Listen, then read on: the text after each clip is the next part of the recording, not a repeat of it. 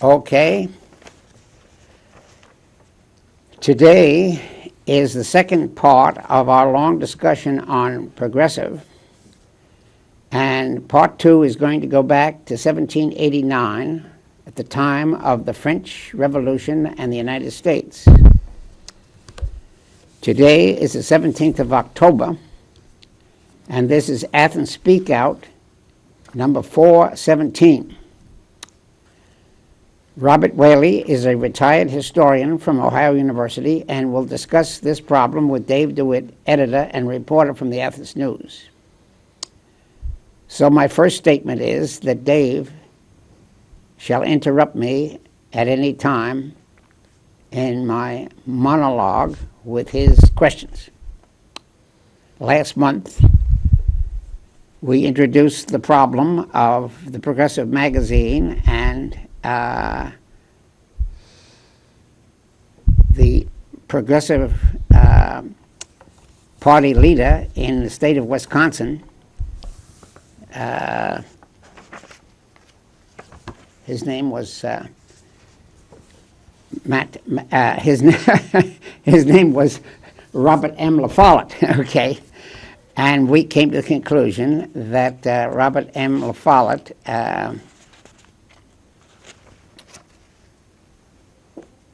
was a progressive leader that influenced the New Deal.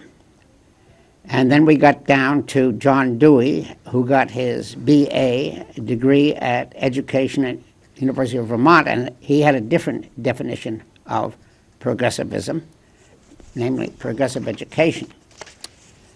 So we're going to go back to the French Revolution, and I will start by saying that George Washington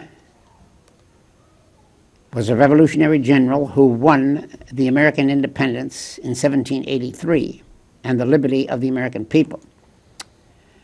Benjamin Franklin from Pennsylvania was the intellectual father of America's constitutional system. 1. Franklin served as the chair of the 1775 Continental Congress, which established the committee to appoint General George Washington as the commander-in-chief of the Continental Congress.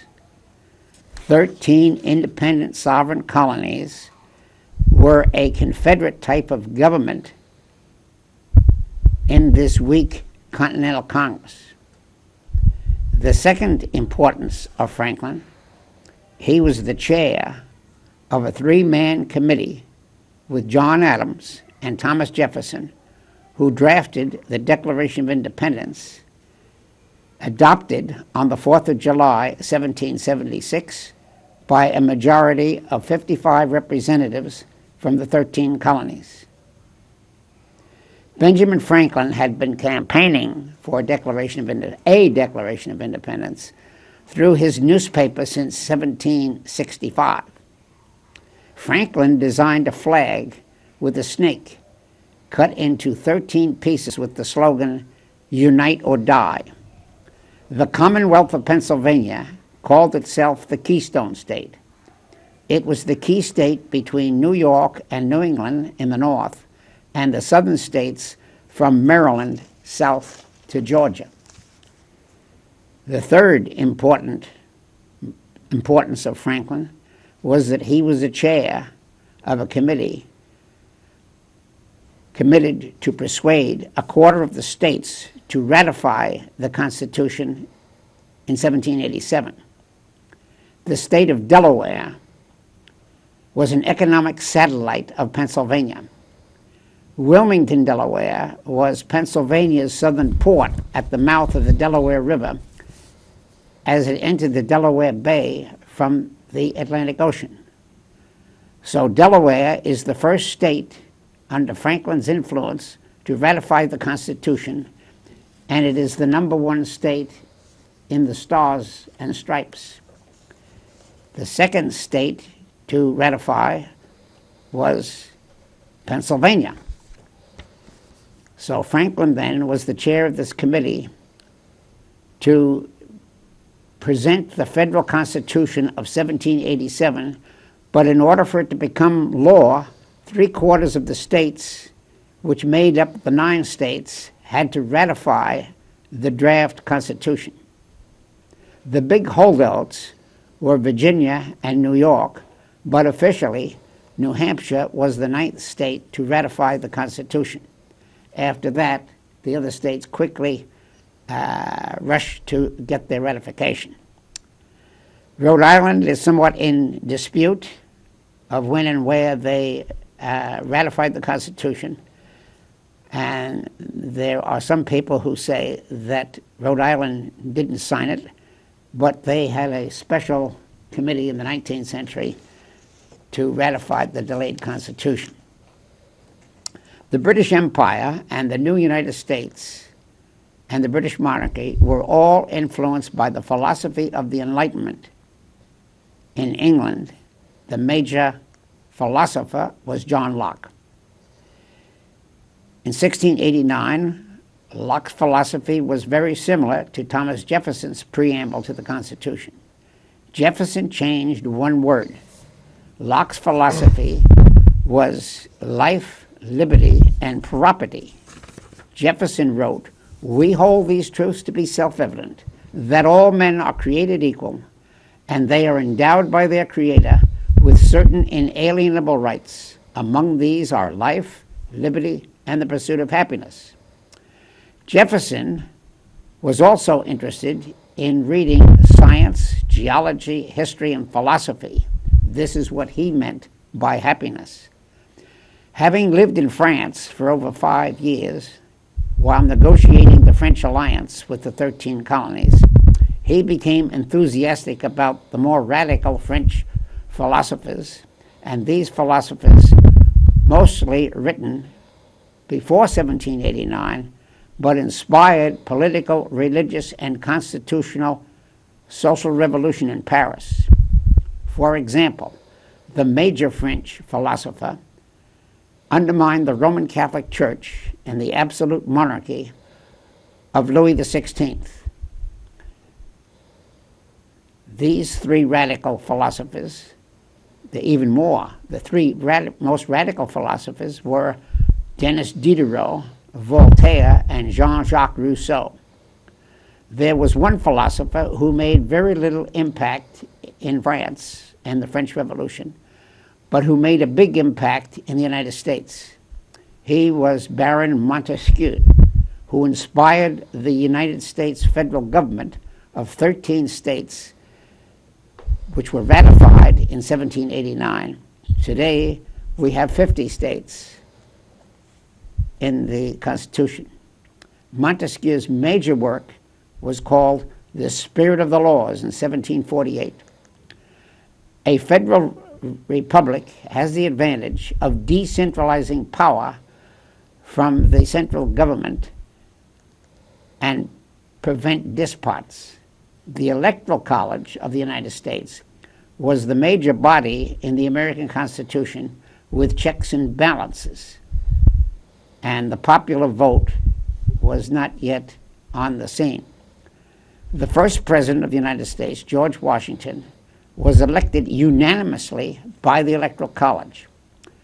And George Washington's major issues were not to be a king, but to serve for only 4 years and return back to his agricultural home in Mount Vernon, Virginia. And he was inaugurated in the Federal Hall of New York City in 1790 because the new federal capital in Washington, D.C. was still a swamp and not yet finished.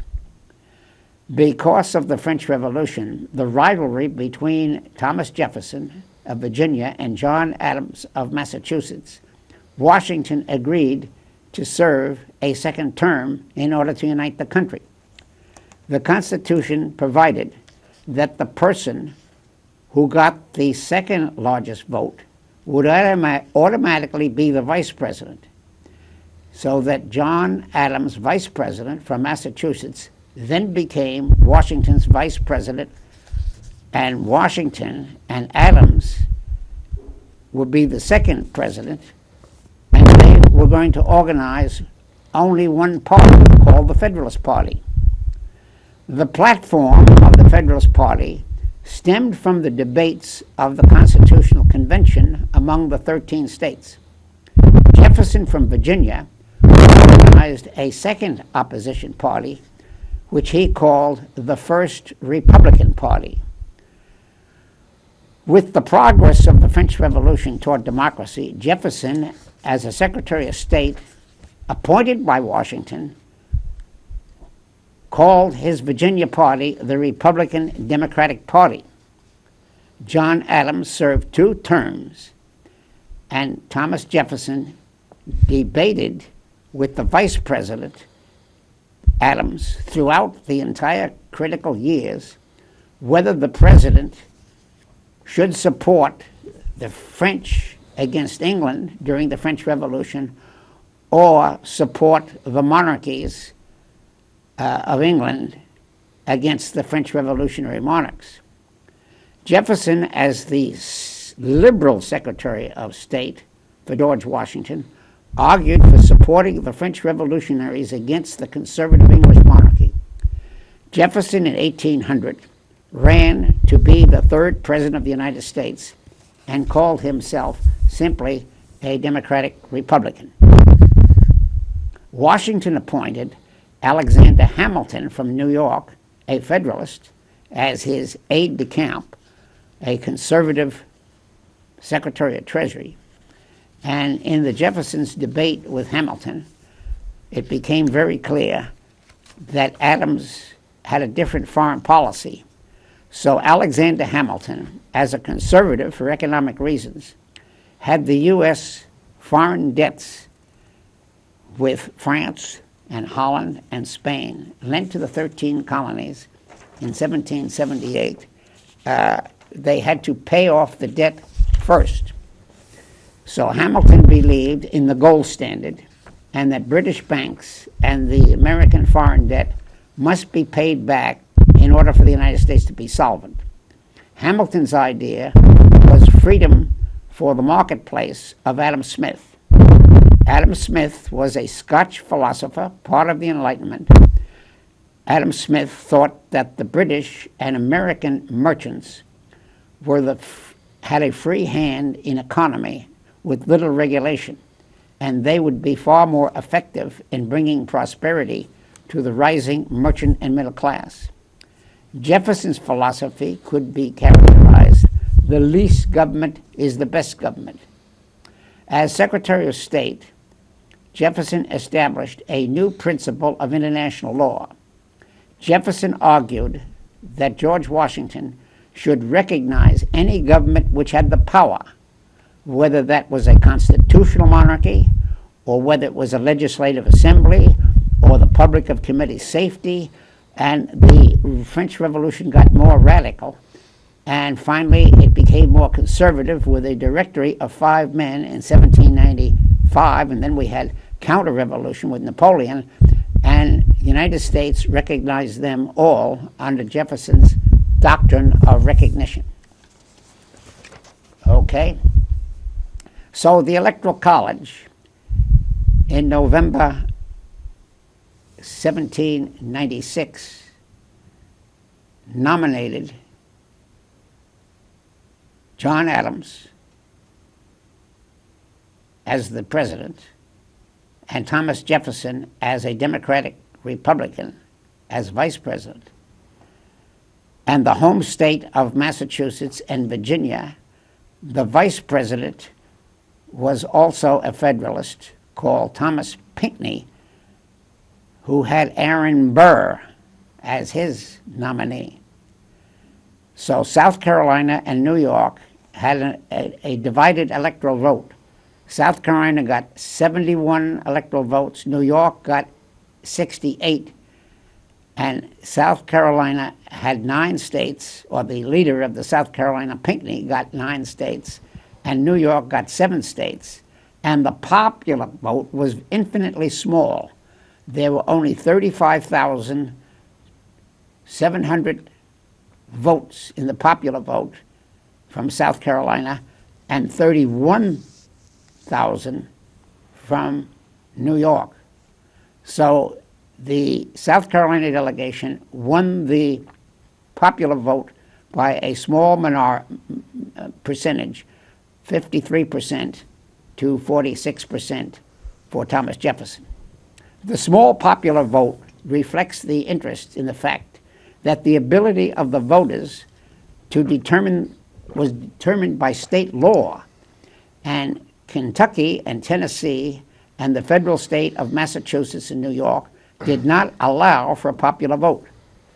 So looking at the map, the Federalist states were New England, New York, New Jersey, Delaware, and Maryland. And the Democratic states were Pennsylvania all the way south through Virginia and Georgia. So Jefferson's second election against John Adams in October to November of 1800, the results were essentially the same, except that the Democrats were gaining 2 states, including New York and Maryland, which made the election a tie, 8 states to 8 states. So let us return to the French Revolution, which began in 1789. When King Louis the 16th was bankrupt, or let's say 14th was bankrupt for 100 years in the previous time, the corrupt Louis the 15th and 14th did not allow for a sufficient collection of taxes.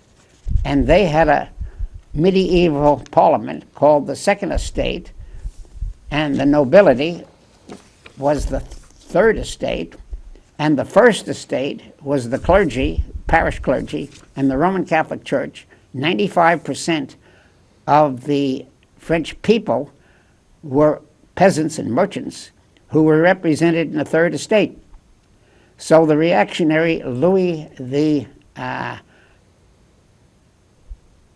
14th had a stupid idea that he would ask the 3 estates to balance the budget. So Louis the 14th had no idea about a constitution of the United States adopted in 1789. So the English constitutional monarchy, long before the 13 colonies, had already balanced their budget over every 2 or 3 years.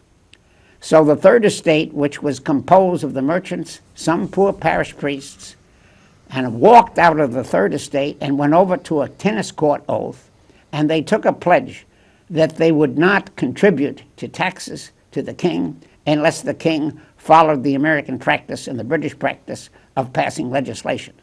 The Third Estate then called itself the National Constituent Assembly.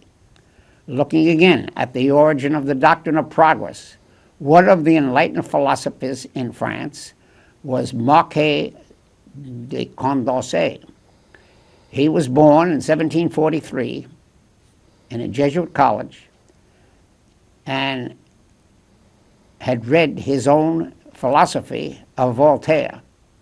He was the representative of the nobility in the Second Estate in 1789 and walked out to join the Third Estate and took the pledge of the tennis court oath. Condorcet wrote a very important essay called The Inevitable Law of Progress, published in 1796 after his death, and he died at the age of 50 in March of 1794 during the Reign of Terror. The Jacobin Party executed all of the members of nobility, regardless of their individual philosophies. The death of Condorcet was a tragic example of class warfare. Throughout the 19th century, from 1798, the philosophy of Thomas Malthus, an English Protestant clergy, was very influential for the long decade. Malthus argued that the future would not necessarily be progressive.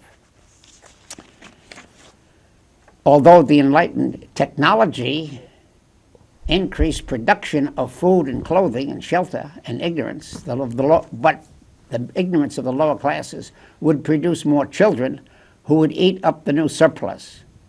So in the 19th century, the liberals in England and France and the United States believed in the doctrine of progress, and Karl Marx believed in the doctrine of progress, and added that socialism was even more progressive than liberalism. Therefore, Robert La Follette and his Progressive Party of Wisconsin revived the long-term debate about the nature of progress. Okay. I think we'll go now to your input. Do you have any questions or comments up to this point? Well, we could do. Would you like me to talk about progressivism? You can talk about anything you want. Or any of the other stuff that we talked about the foundations. What is the nature of progressivism, and how did it advance from Condorcet's definition all the way down to La Follette? Right. It had a long history. Well, one thing that I'd like to mention just off the bat was because you were talking about the development of the Constitution, and I think it should be noted that at that time, in the 18th century, all of the most powerful governments in the world, and most of the governments in the world in general, were monarchies. That's correct. So when the American Republic was founded, this was a really unique thing to happen in the colonies, or the new country after gaining independence.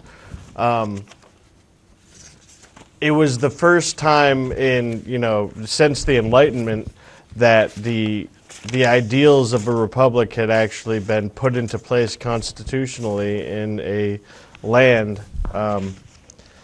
And there was hope among some people, such as Jefferson and others, which is why he supported a lot of what ended up happening during the French Revolution, that this would lead to a swell of small r republicanism sweeping the globe, and that the American experiment in self-governance would be a model from which others could grow. Now, this wasn't to say that all of the founders were unanimous in their support for the Republic. Hamilton, for instance,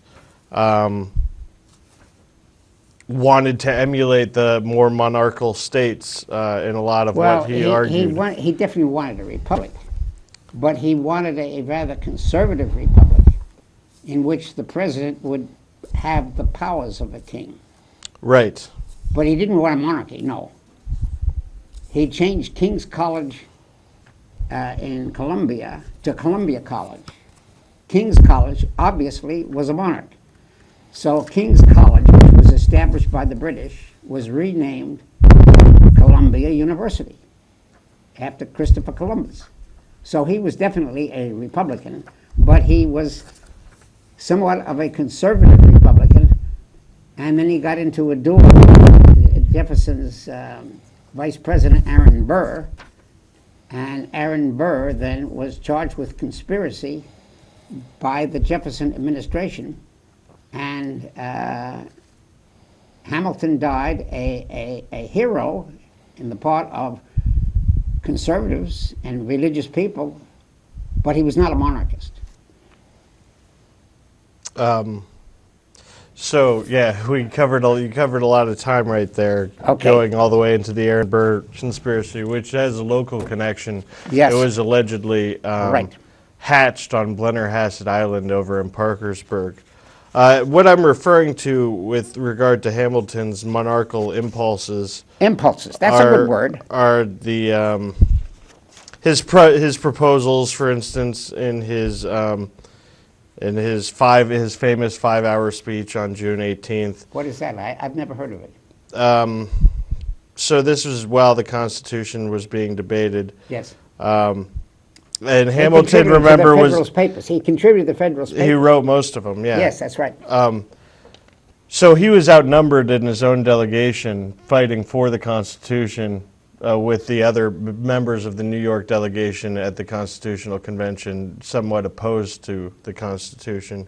So he was kind of in a hopeless position with members of his fellow delegations. So there was the Virginia plan and the New Jersey plan. That's the Senate, and the Virginia plan was based on the power of the state. Right. And the New Jersey Which was plan put forth was by the Madison and the population others. of a population. Right, and that would No, lead... Virginia was population, and New Hampshire, I mean... Right, and so that would lead to eventually the compromise with our bicameral system. That's right. With the House being made That's based separation on, of powers. on population, and the Senate being two representatives from every state. Right. But in this speech that Hamilton gave in that summer, I have here, this is Madison's Gift by David O. Stewart. It's a book from 2015 about James Madison's 5 of his most influential Now, are we partnerships. quoting Madison or Jefferson? I mean, Hamilton. We're talking about Hamilton. Okay. Part of this book deals with Madison's collaboration with Hamilton. Fine. That's the Constitutional Convention. Fine. And so Federalist in Papers. that, he's quoting from Hamilton's this long speech that Hamilton did, and Hamilton had a tendency to put his foot in his mouth. Okay. And I'm just using this to illustrate Hamilton's, we agree, Impulses. his monarchical impulses. Right. All right. So what did they say? Well, he told the delegates that they should not give power to the people because, quote, they seldom judge or determine right. Power should go to, quote, the rich and well-born. That's true. The states he urged should be, quote, reduced to corporations with very limited powers. These All right, are fine. Federalist ideas. Fine. He urged an executive modeled on the British system, which he called the best in the world, quote unquote. And that meant that the chief executive, Hamilton, called him a monarch in this speech. Wait a minute. Should Hamilton serve for life. serve for life. As should senators. That's what Hamilton argued in this speech, in this notorious 5-hour speech. Yeah. But it wasn't And ratified. no. And he came around once. This was during the debate, during the formulation of the Constitution, Right. where all of the questions were still up in the air. Right. Once the Constitution was settled and written, Hamilton became, like Madison, who had deep questions about it. They both did, but they became its staunchest advocates, and they're the ones who, Okay. John Jay wrote 5 Federalist Papers, but Hamilton wrote the bulk of them. Madison wrote the second most. Now, that's all very And they informative to me. I've never read the speech. Yeah. And apparently it was fairly notorious. Okay. But as David O. Stewart puts it here, Hamilton wanted to take the self-government out of American government, which I found interesting because I knew, these impulses, he had a lot of admiration for the British system for whatever reason, and he had a tendency to speak a lot and get himself into a little bit of trouble with things that he might have found regrettable later on when he had to argue kind of the flip side against himself. Right. Okay, fine. That's great. So that was just something I found interesting that I wanted to share Very good. from that. So the convention ended up locked between the Virginia plan and the New Jersey plan for a while there. Madison ended up giving the big speech, kind of in opposition to the New Jersey plan, relating it to the trouble with the geography between North and South, and representing the interests with smaller states and bigger states. And so even though they haggled about this for a long time, they ended up coming back round to an idea that was proposed by John Dickinson of Delaware on the 8th day of the convention, which we mentioned earlier, that one house of Congress had proportional representation, being the house, which became the House of Representatives, and that the other house, states would enjoy equal voting power, which ended up becoming the Senate. Madison actually disliked that compromise, but he ended up defending it and going with it as the best of all alternative options at the time.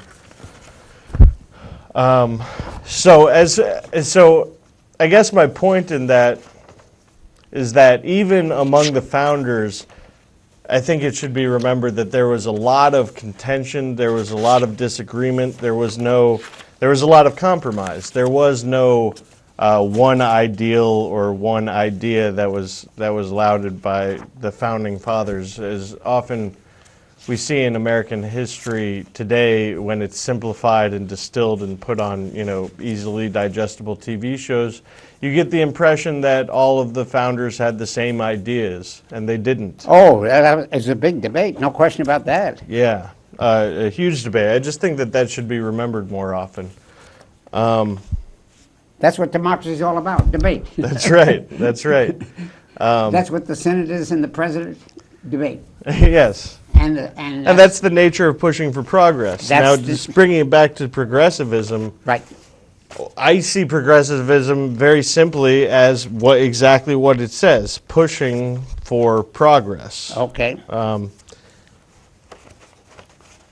And I see it as the kind of counterweight or counter on the political spectrum, the opposite side of what would most often be known as reactionaryism.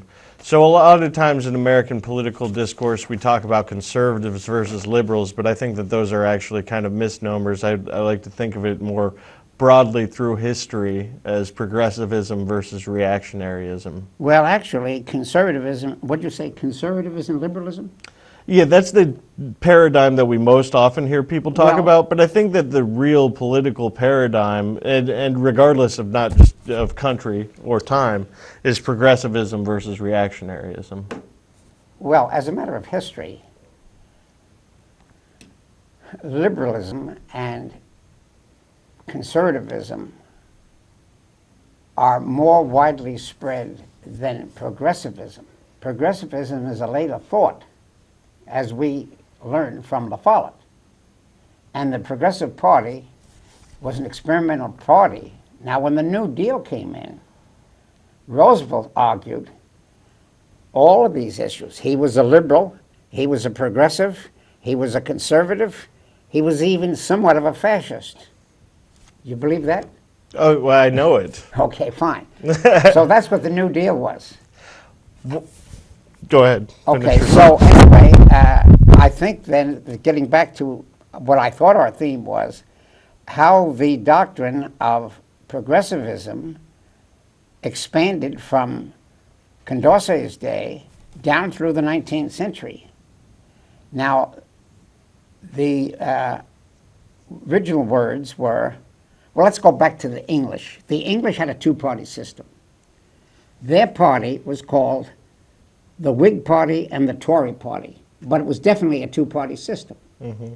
Now, officially, the Tory Party was called the King's Party. We support the King first. The Whig Party was essentially the merchants and the Navy and the rising middle class. So they called themselves the Country Party. Now, the Tories and the Whigs were informal names.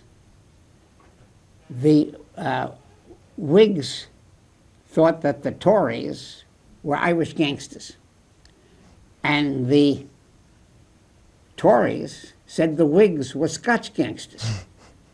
So they used the outlying parts of the empire, namely Scotland and Ireland, as a negative term, see? Mm-hmm. So anyway, the Whigs eventually became liberals after the French Revolution. And the Tories eventually became conservatives. And this gets back to Edmund Burke. Mm-hmm. You know who Edmund Burke is? Oh, of course, yeah. Yeah, Edmund Burke was a mixed bag. He was what we would call a liberal on the American Revolution. And he said that the king should recognize the parliamentary rights of the states. Mm-hmm. So he was in favor of the claims of the American revolutionaries. On the other hand, after the French Revolution broke out, and it went so far radical, then Burke becomes a conservative, and he writes an essay on the significance of the conservative philosophy. So the English monarchy from, let's say, 1789 to 1815 was allied with the conservative kings of Prussia, Russia, Austria, Spain, in order to restore the Bourbon dynasty, and they did. And the Whig Party was kind of in limbo, so to speak. But then, as the 19th century progresses in England, we have the First Reform Act, the Second Reform Act, the Third Reform Act. And what they meant by reform was to change the franchise.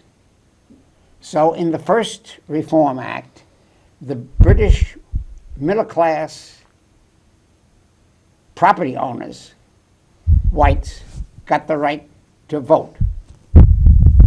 And then in the Second Reform Act of 1832 was the first Reform Act. And that gave the white middle class the right to vote, but they had to have property. Then the Second Reform Act was passed by a conservative by the name of Benjamin Disraeli. And Benjamin Disraeli was a Jew, but was elected in the House of Commons. He was only a closet Jew. He had to swear an oath to the British Constitution, the Church of England. So he was what you might call an underground Jew.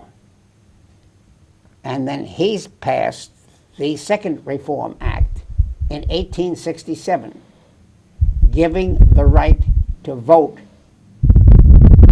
to the agricultural workers. Mm-hmm. And then we had the Third Reform Act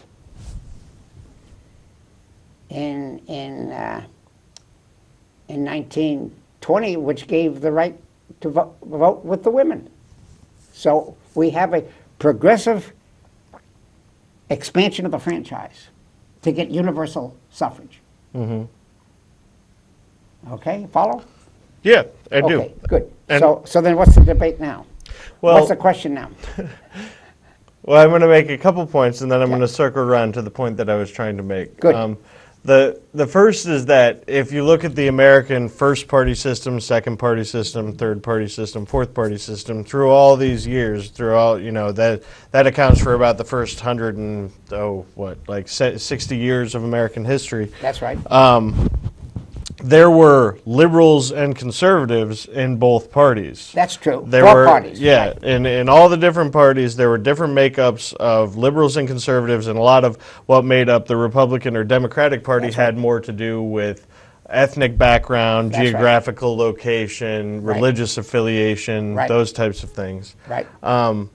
So I just want like for instance, when the Republican Party was founded, it was a very progressive party. That's like right. a lot Abraham of it Lincoln was freed the slaves. free he was soil, the most liberal president so far. and a faction that was abolitionist. Yeah. So the Republicans were very progressive. I don't think anybody would argue that the Republican Party is the progressive party of today. That's right. So that's just. That evolution has been going on throughout American history, and that's something I want to make. And British history, which is all very connected and interrelated. Right. And that brings me to the point that I was trying to make about conservatism versus liberalism today. So the Republican Party is thought of as conservative today. My argument, though, is that it's not as much conservative as it is reactionary. I agree with that 100%. That is a word that has not been used very often. Right. Now, I would think of this back when I was a European historian. After the French Revolution, the spirit of the times in all of Europe was reactionary. Turn the clock back. Right. The best possible future is what it was in the past. And liberalism was frowned upon, right? So when, now, all of the American presidents, none of them ever claimed to be reactionary until President Truman. President Truman was more conservative than Franklin Roosevelt. And he then was anti-communist. So in a free democracy, every party has the right to register and run an election. So in 1932, at the depth of the Depression, the Communist Party of the United States was on the ballot, and they elected 100,000 voters. But the two big parties won all of the states. But the radicals had some votes in New York City and in Wisconsin. And we already said that Wisconsin and La Follette was a progressive party. Now, New York had a progressive party, and it also had a communist party, and they elected the borough president of Manhattan as a communist. Now, after the House Un-American Activities Committee came into being, that's pretty astonishing to think about they today. passed what was called the Smith Act. The Smith Act did not outlaw the Communist Party, but it had a peculiar definition. It said that anybody who believes in a conspiracy to overthrow the government can be arrested for 5 years. So then the Dies Committee and McCarthy and all of these people were talking about the communist conspiracy. And Eugene Guinness was arrested as the head of the Communist Party, and he was given 5 years in jail. And he served his 5 years, and he got out. Well, then, by that time, communism and socialism were so negative in American popular opinion that very few people were still going to vote communist. So that's how the Republican Party became reactionary, but didn't admit they were reactionary. But Truman called them reactionaries. Now, the problem was Joseph Stalin, because Joseph Stalin called all the American capitalists reactionary. They wanted to turn the clock back to capitalism. Right. And under Stalin, there was a new democracy called communism. Now, the communist doctrine of Lenin was, we're not going to overthrow the American Constitution. We're going to have a small communist party subvert that state within. Now, the French had a big communist party. The Italians had a big communist party. But in the United States, nobody would take out the ballots to open up. Never took hold as much. Yeah. Now, I've heard the argument before, I'm wondering what you think about this. I've heard the argument before that one of the reasons why communism failed to take hold in America the way that it did in Europe had to do with geography. Absolutely. It's a continental system. That's the importance of the Electoral College. The Electoral College is a check on the mob defining democracy. Now, in Europe, one of the these European countries don't have the vast amounts of land, the vast amounts of resources. Now, they're more urban-based. Right. How did that play into the rise of socialism let's talk about in Germany. Europe? Let's talk about Germany. The Kaiser was overthrown in 1918 at the end of the war. He fled. He went to Holland. You're right, yeah. He was charged by the Versailles Treaty as a war criminal. But he ran away. And they eventually caught him. And he became persona non grata, so to speak. Anyway, at the Versailles Conference then, we had the four great powers were the United States, Britain, France, and Italy. Communist Russia could not come to the Versailles Treaty because the Wilson administration and the British and French were all intervening in the Russian Revolution, thinking that they could stamp Bolshevism out. Mm-hmm. And they didn't know how long Bolshevism was finally recognized. And the first state to recognize the new Soviet Union was Benito Mussolini. In 1922, he sent an ambassador or minister to Moscow. Well, that put pressure on the French and the British that they would have to recognize the Soviet Union. And they recognized it in 1924. Now, the United States, being so conservative with the anti-communist hysteria, refused to recognize the State Department under Wilson and Wilson's successor, Harding, and Coolidge, and Hoover, Mm-hmm. would not recognize the Soviet Union. Now, Roosevelt was a New Dealer. Roosevelt announced that he, as president, can decide to recognize the Soviet Union. And he did in 1933. And his motive was balance of power. He said the Soviet Union is faced with a new war in the West from Germany and the Czarria, Japan, because Japan and the Western powers were all anti-communist. So that was the motive of Roosevelt.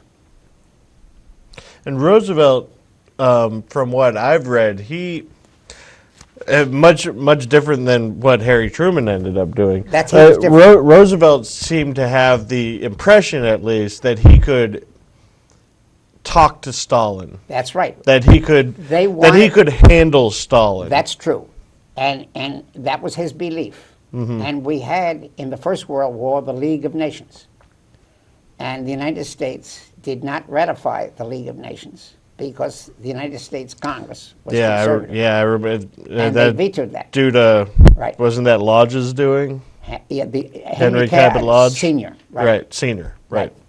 And of course, all of the veterans of World War I, they all agreed. Right.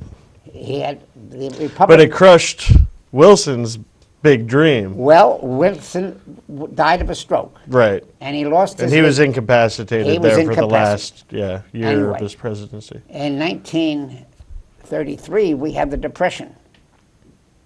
And the communists got a little votes in 32. But then, in 1933, Roosevelt recognizes the Soviet Union, and he has the power as president to do that. Mm-hmm.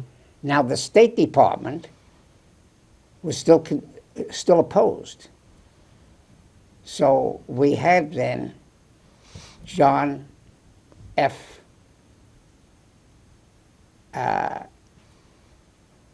Kennan. He wrote a famous telegram. He was against Roosevelt's recognition. Right. But he was a counselor in the embassy. Right, the Kennan and he telegram. knew the language. Mm-hmm. Now, he wrote a very famous telegram in 1946 in which he was encouraged to do to Truman. It's called the Long Telegram. And he develops the doctrine of containment. He says the United States should not have a nuclear war. It should contain communism behind the Iron Curtain and deal with Russia on a diplomatic, peaceful basis. Now, the alternative to containment was the so-called Cold War. And that became a long debate from 1933 to 1991. So that's another debate about ideology. Okay, you follow that logic? Yeah, absolutely. Okay. Yeah. Okay. So now where do we go from here? Well, and I think, and we've touched on this before in our previous conversations, but I think it should, I don't think you can emphasize enough what a strange position the world was in when Roosevelt was dead, Truman had taken power, the United States was the sole possessor of this Bomb. this enormous and they had the money. weapon. They had the money. Every state in it was in debt to the United States. Yeah, The gold standard was right the because American of standard. because of the war and the Right. the destruction of most of Europe and Okay. the rebuilding there and everything. But having this bomb for a while there, the United States was the only power that had this Yeah, but that enormous turned out weapon. that turned out to be a short term. Very short term, because it was only within a couple of years, I That's think, right, that the that's right. Soviet Union ended That's up developing their own. But in that window, there was enormous debate, a conversation about what do we do right now. There were even some people who were arguing, Let's well, go to war now. maybe we attack Soviet Union That right was now. General Patton. General And Patton make says, sure that they "Let's never march- get this let's bomb." march to Pentagon. Yeah.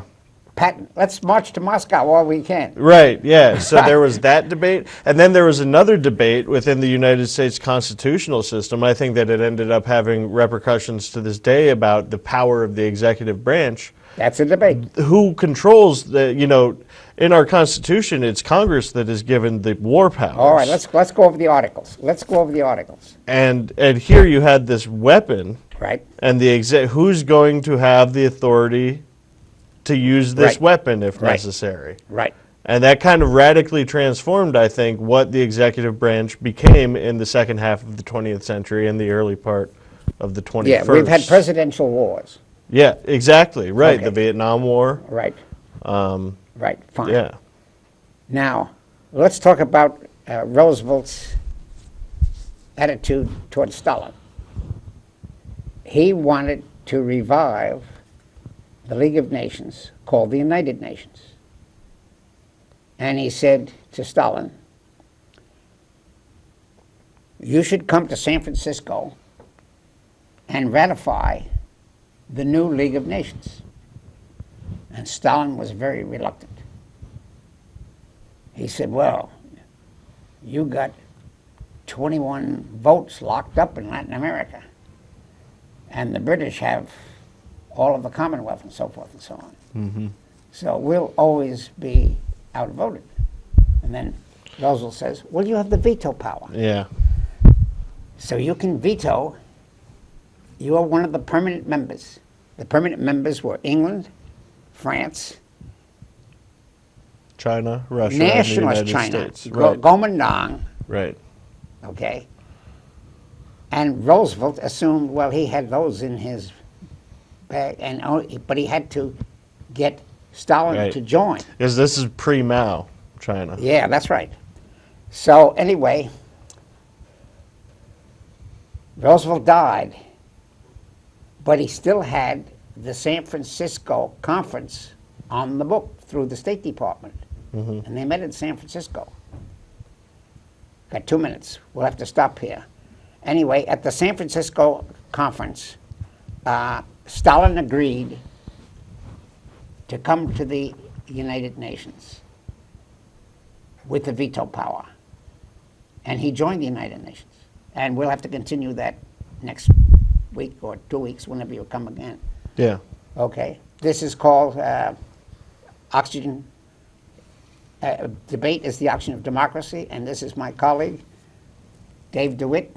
And we're talking about the second interpretation of progress and the importance of liberalism and socialism and communism and the great ideological debate of our time. Thank you very much, Professor.